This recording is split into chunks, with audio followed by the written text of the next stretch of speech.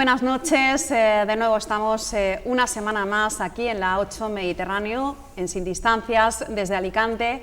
Nos encontramos pues otro viernes en este maravilloso Salón Imperio del Real Liceo Casino de Alicante y tenemos una visita muy especial que llevábamos ya pues unas semanas deseando que nos acompañara, y es ni más ni menos que José Ignacio Munilla, el obispo de la diócesis Orihuela Alicante. Muy buenas noches y bienvenido. Muy buenas noches y encantado de estar con vosotros.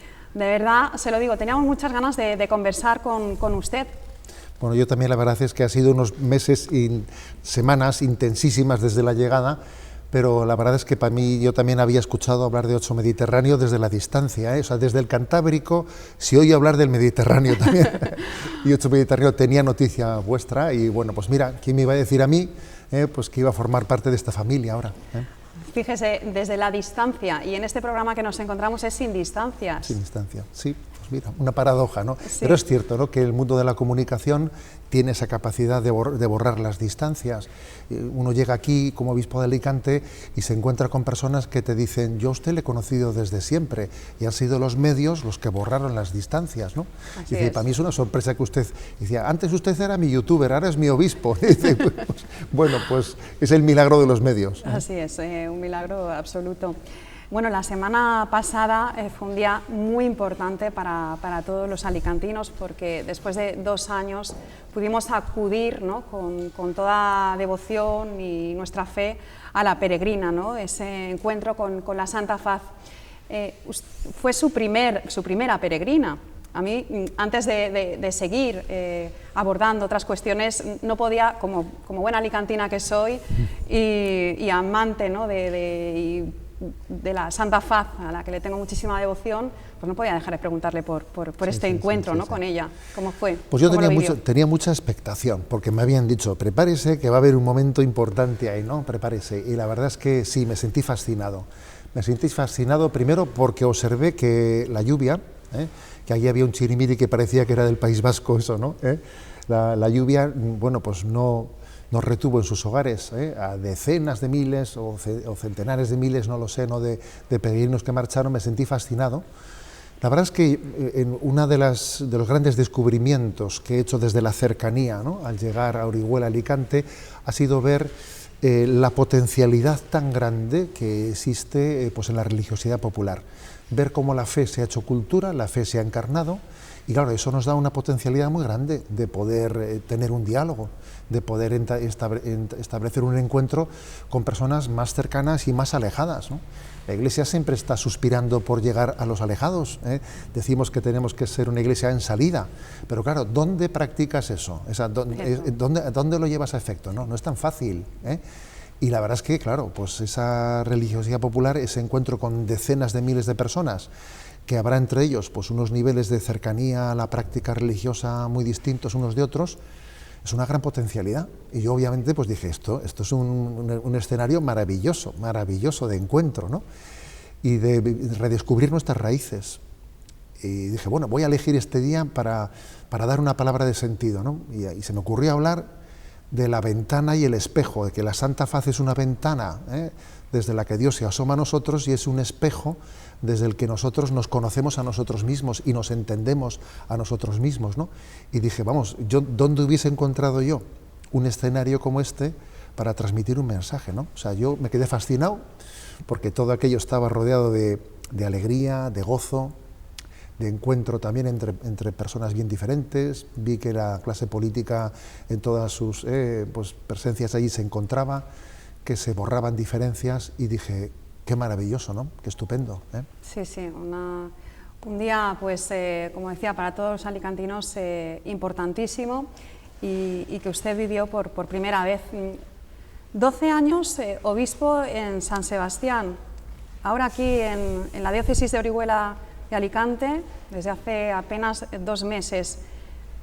¿Qué diferencias ha encontrado en el terreno? Bueno, y también antes 3 años de obispo en Palencia, porque esos 3 años, claro, como fueron breves, parece que no están, pero fueron muy importantes para mí, porque yo, vamos, fui nombrado obispo con 44 años, y con 44 años uno le falta quizás rodaje, ¿no? Yo había sido párroco en Zumárraga, pero no había tenido experiencias de gobierno en la vida de la Iglesia, no había sido vicario, no había tenido puestos de responsabilidad, ¿no?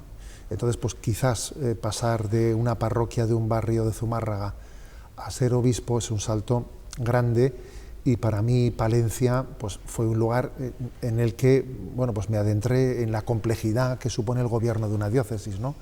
Y para mí fue importante. Y aprendí también lo que son los consejos, ¿no? Una diócesis, gracias a Dios, un obispo no está solo, tiene consejos de gobierno que le dan mucha seguridad en la manera de hacer las cosas.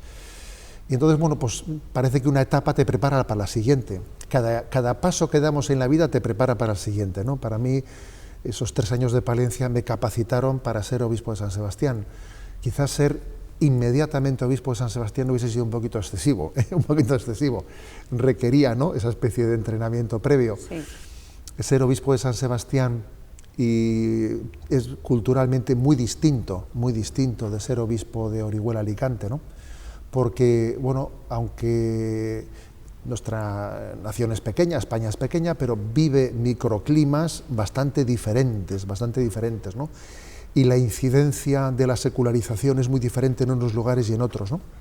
Entonces, bueno, pues por desgracia, el norte de España, que en un tiempo fue mucho más religioso que el sur de España, es curioso esto, aquí ha habido como una especie de inversión cultural, el mapa se ha invertido, y en este momento el norte de España está más secularizado, ha perdido más sus raíces religiosas que el sur. Es curioso esto. Sí, esto ha sido obvio y evidente, ¿no? Uno de los elementos de explicación tal vez sea la religiosidad popular, entre otros. Uno puede ser las ideologías, porque las ideologías, cuando se introducen de una manera idolátrica, llegan a arrancar las raíces religiosas del pueblo. Y creo que las ideologías en el norte tienen ese plus de dimensión idolátrica. Quizás en el sur las ideologías, que también existen, pero son más epidérmicas, digamos, más epidérmicas. Sí. Lo que configura más el alma del pueblo es sus raíces cristianas, ¿no? Entonces, bueno, ese puede ser un elemento, pero también creo que el elemento de la religiosidad popular, que en un tiempo nos reímos un poco de ella, diciendo que era un poco folclore, un poco algo superficial. No. Es un dique de contención muy importante para que no nos roben el alma. Absolutamente. Para que no nos roben el alma y para entender nuestra identidad, ¿no? Yo creo que eso puede explicar por qué, paradójicamente, pues lugares tan religiosos como en el norte pues podían ser el País Vasco, Cataluña, etcétera, pues en este momento están más secularizados que el sur. En cualquier caso, un obispo tiene que responder en el lugar y el momento en que Dios le pone, ¿no? Hay que florecer donde Dios te ha plantado, que dice, hay que florecer donde Dios te ha plantado. Yo fui muy feliz en San Sebastián, con todos los problemas, fui muy feliz porque creía verdaderamente que estaba donde Dios me pedía que estaba, ¿no?, que debía de estar. Fui muy feliz. Y también lo estoy siendo aquí, porque, bueno, pues yo creo que no busco... No tengo un plan de buscar pues una especie de perspectiva que yo quiera, no aspiro, ¿no?, a un lugar, no aspiro a ser yo el que configure mi destino. Yo creo que no nos poseemos en propiedad, somos llevados, en la Iglesia somos hijos de obediencia, y eso da mucha libertad, ¿sabes? Mucha libertad, es decir, yo... Igual que el nuncio me dijo, tiene que ir usted a Orihuela Alicante, me podía haber dicho a las Islas Seychelles, ¿sabes? O sea, que eso te da mucha libertad. Pero fíjese, en contra de lo que pueden pensar algunos. Sí. Algunos ven la Iglesia y claro, se la imaginan en categorías pues de arribismos o de una empresa en la que uno aspira a ser, tener no sé qué lugar, ¿no? A ver, yo creo que en la Iglesia, si verdaderamente vivimos el espíritu de Cristo, estamos para servir, Y yo igual de feliz he sido en la parroquia del Salvador de Zumárraga, en un barrio de Zumárraga, he sido muy feliz, 20 años de cura, muy feliz. Y lo he sido en Palencia, en San Sebastián aquí, porque yo creo que cuando uno no tiene aspiraciones propias, ¿no?, sino que lo que aspira es a servir a la Iglesia, pues yo creo que eso le da una gran libertad interior. Y eso yo, por la gracia de Dios, lo tengo. Tengo esa libertad interior de San Ignacio de Loyola, que yo le quiero mucho, porque soy Ignacio también, ¿no? San Ignacio de Loyola habla de la santa indiferencia. La santa indiferencia es que yo no me emperre, que yo no me encabezone, ¿no?, en pretender objetivos que igual no son de Dios, sino que yo estoy abierto a lo que Dios me muestre. Tú ten la indiferencia de que Dios te mostrará el camino y serás feliz en él, ¿no? Eso, yo creo que a mí eso me ha funcionado. Sí, yo creo que nos puede funcionar absolutamente a todos, a Monseñor y a todos ustedes que nos están viendo a través de esta pantalla, de esta pequeña pantalla de la 8 Mediterráneo. Por lo tanto, el balance de estos 2 meses, absolutamente también positivo, ¿no? Sí. Por lo que dice. Sí, han sido intensísimos. Yo digo que posiblemente sean los 2 meses, ya casi 2 meses y medio, los 2 meses y medio más intensos de mi vida, en el sentido de que nunca había tenido una agenda tan apretada. La verdad es que es una diócesis muy grande, con muchas realidades, y también pues yo he visto una gran expectativa que requiere la presencia del obispo, y la verdad es que, claro, responder a todo es tremendo, sí. ¿No? Hacemos lo que podemos, ¿no? Pero también a veces tienes que decir, espérame un poco, dame un poco de tiempo para que llegue, ¿no? Pues claro, son tantas realidades, lugares tan diferentes, porque claro, pues la Vega Baja, Orihuela es una cosa, Benidorm y esa otra zona de la costa turística es otra, Torrevieja, pues Elche es otro mundo, ¿no? Alicante, claro, cada uno es cada lugar en la diócesis requiere su atención y su tiempo y su dedicación, ¿no? Entonces, obviamente en 2 meses y medio no se puede llegar a haber cubierto todo, pero creo que era necesario en un primer momento, pues aunque fuese con un poco de desorden, responder a las invitaciones primeras, ¿no? Y bueno, pues aunque sea un poco de una manera atropellada, pero lo estamos haciendo, ¿eh? Sí, sí. Tuvo una gran acogida, una grandísima acogida en el mes de febrero, ese día, ¿no? que marcará un antes y un después en su vida. ¿Qué recuerdo tiene de...? Bueno, la verdad es que fue un día inolvidable, un día inolvidable, la verdad es que fue entrañable también el escenario cultural, histórico en el que acontece esa entrada, que conste que yo me había entrenado en San Sebastián, dije, sí, a ver cómo se sube uno a un caballo, y allí me había entrenado en la hípica de San Sebastián. ¿Sí? Sí. Fui a la hípica de San Sebastián.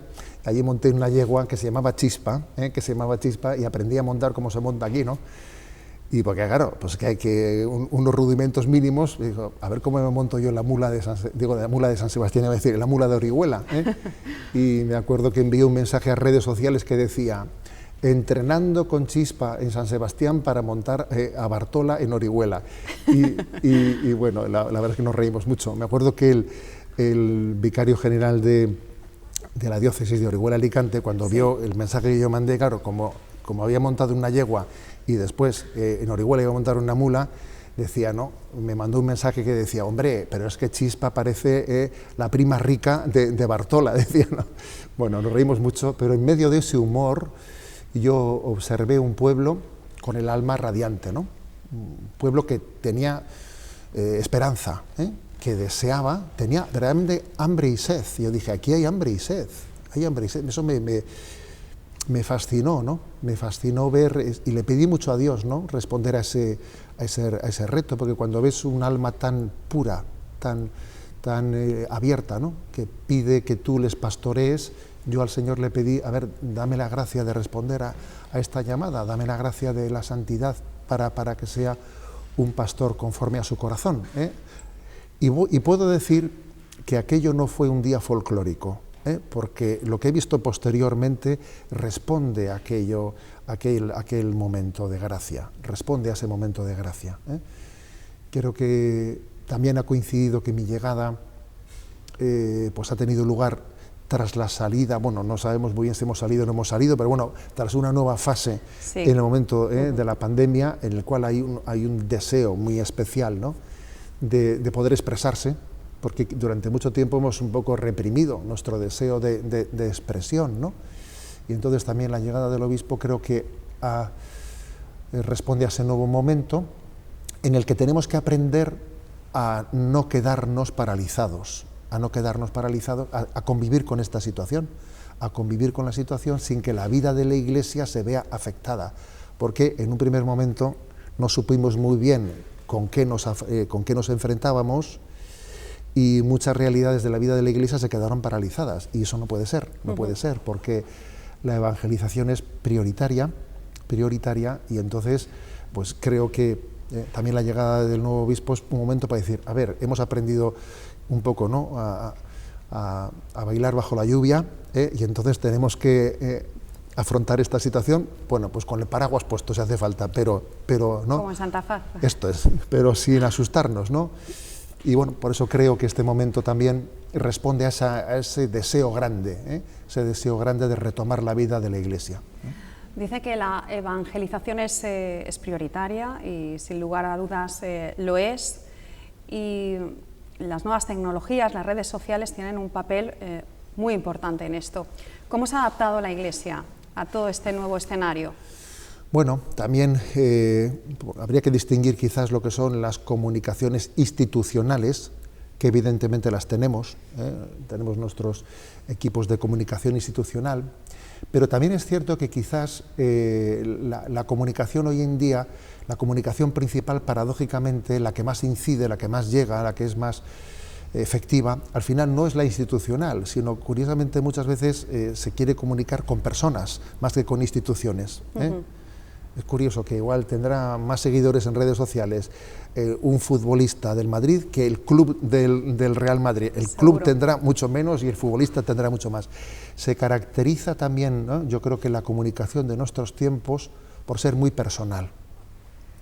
Entonces, yo creo que también en eso habrá carismas, no todo el mundo tendrá el mismo carisma de hacerse presente en la comunicación de una manera y de otra, pero creo que tenemos que ser complementarios y las redes sociales sin duda son un lugar de encuentro, ¿no?, de encuentro con el hombre de nuestro tiempo.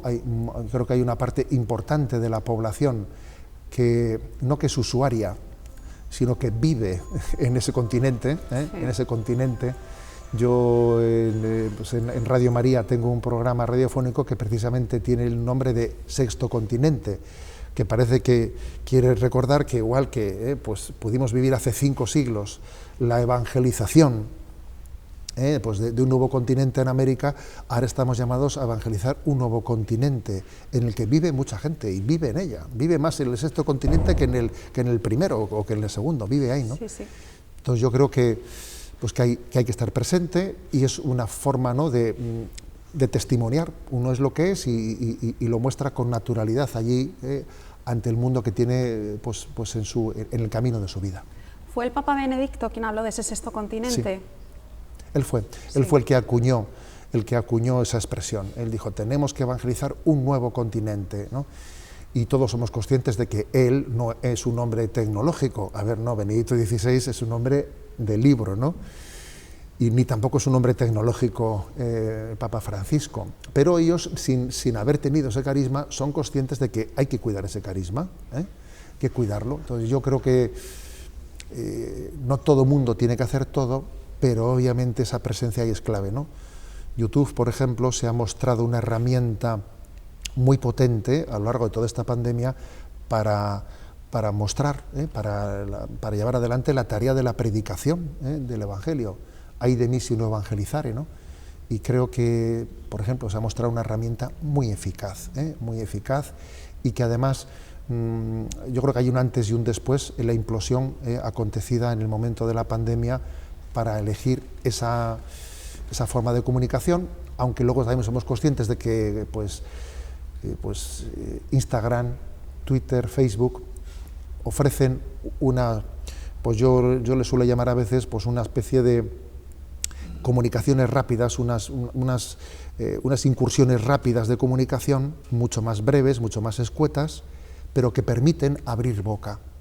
Abrir directas, boca, ¿no? Sí, abrir boca, hacer como una pequeña lanzadera, ¿no? Hago una lanzadera con algunas pequeñas proposiciones y obviamente respetando el ritmo de las personas, de que algunos sean invitados a sentarse a la mesa, ya de una manera un poco más, y esa sentarse a la mesa igual ya es una reflexión en YouTube, O sea, yo creo que hay que distinguir entre un picoteo, entre sentarse ya a la mesa, entre poder tener distintos niveles de comunicación, ¿no?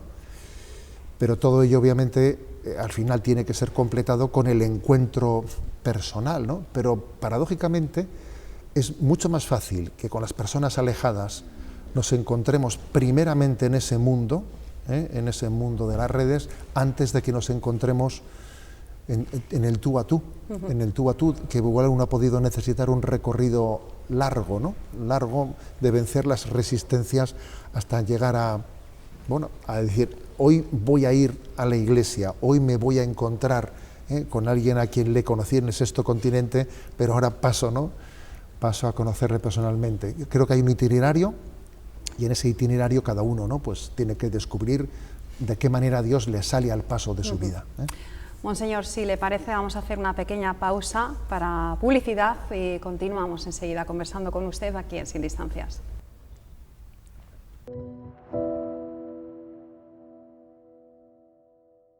Y continuamos en Sin Distancias con Monseñor, con José Ignacio Munilla, que como bien saben es el obispo de la diócesis Orihuela-Alicante, concediendo pues su primera entrevista aquí en la 8 Mediterráneo en Sin Distancias. Y estábamos hablando justo antes de publicidad de las redes sociales, de la importancia que tienen, y yo no puedo dejar de paso, ¿no?, esa foto que tiene usted en Twitter de Munilla, de niño, de comunión. Con pelo y flequillo.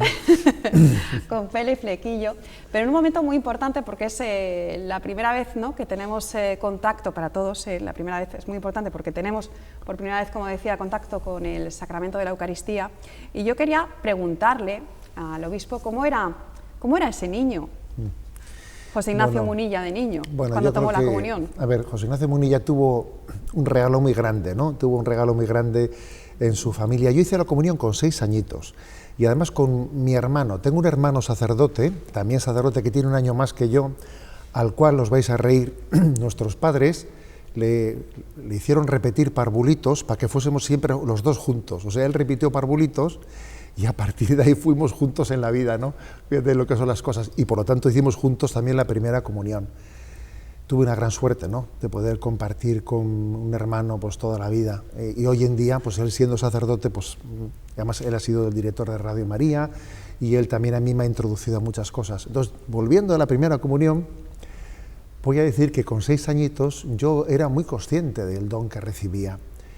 Recuerdo con un cariño inmenso que antes de hacer la comunión, cuando nuestra madre, que falleció hace 2 años y medio, cuando nuestra madre comulgaba y se ponía de rodillas, yo tenía el privilegio a veces de que ella me ponía, yo estaba de pie, ella de rodillas, me ponía junto a su oído, yo ponía su oreja en su boca y ella musitaba sus oraciones de acción de gracias a Jesús porque había comulgado, y yo tenía el privilegio de escucharla, de cómo ella daba gracias a Jesús porque había comulgado.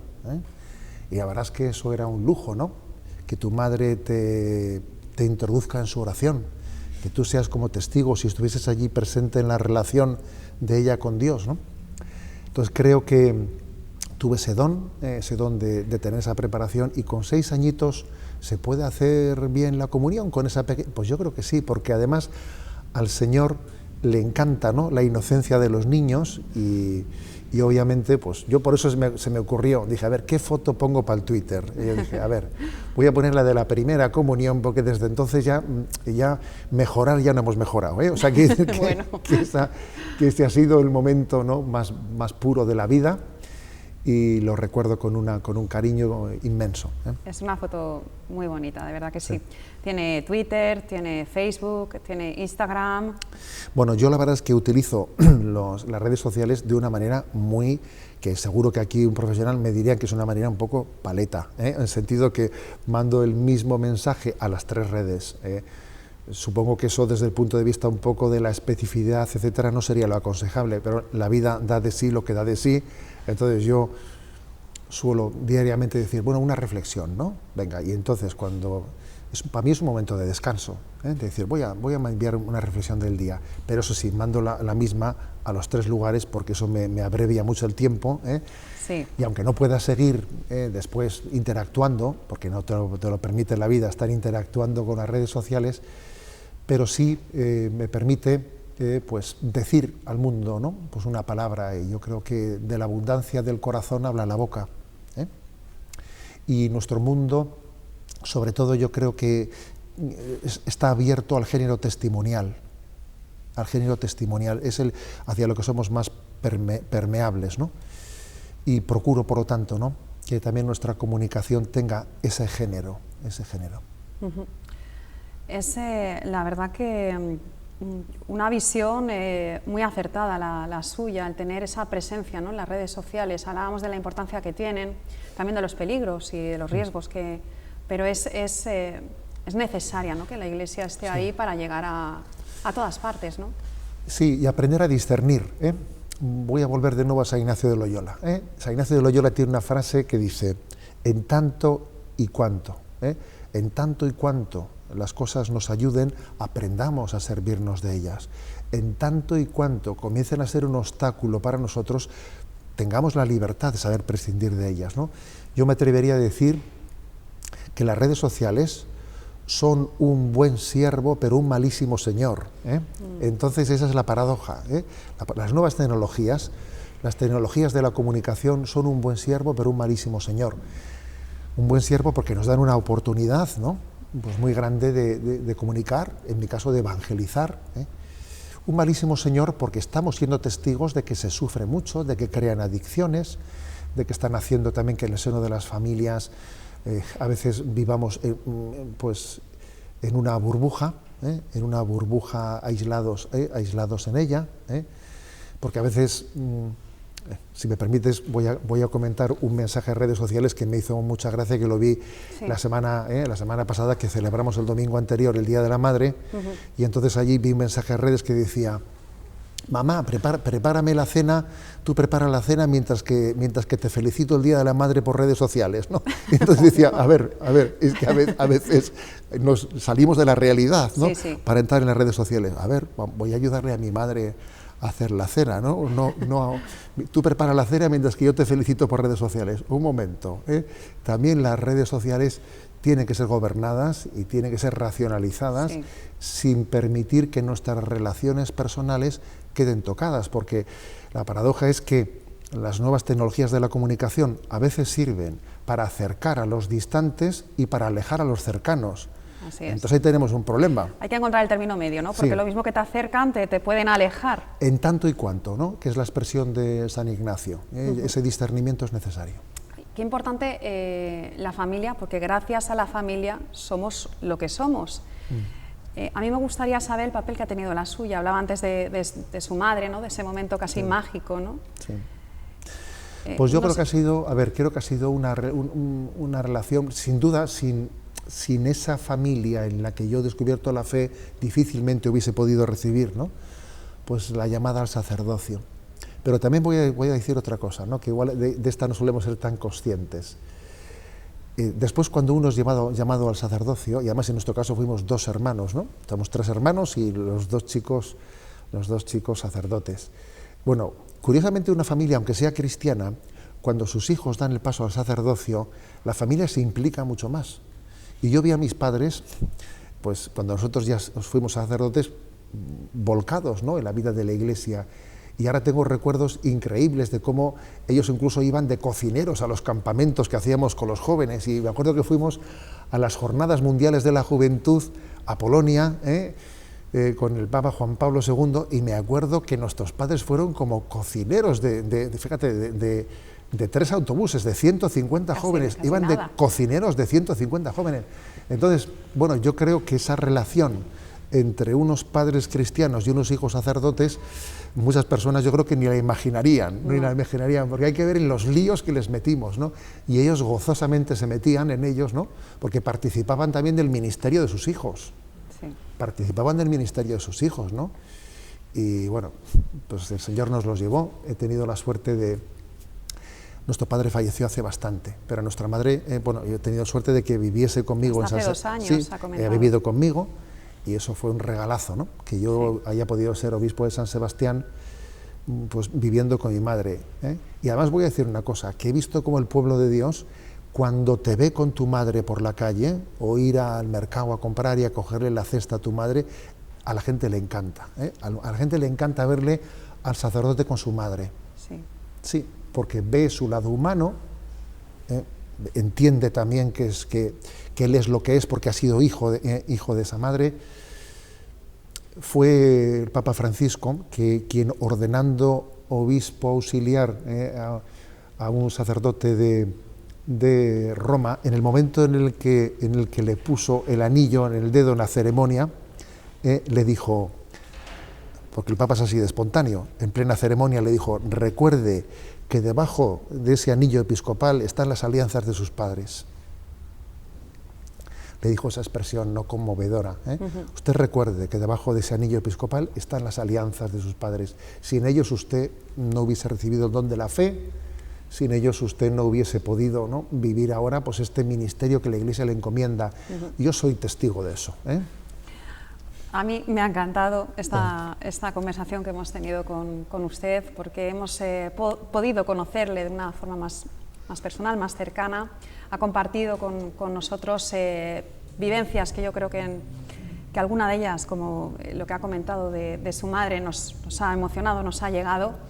Y bueno, pues yo no sé, le invito, le emplazo para otro programa, para que podamos seguir conversando de más asuntos pues importantes sobre la vida. Lo haremos sin duda, que no hemos hecho más que empezar sí. La andadura.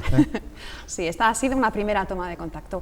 Para despedirnos, pues a mí me gustaría que mandara un mensaje a todos sus fieles, ¿no?, aprovechando las cámaras de la 8 Mediterráneo.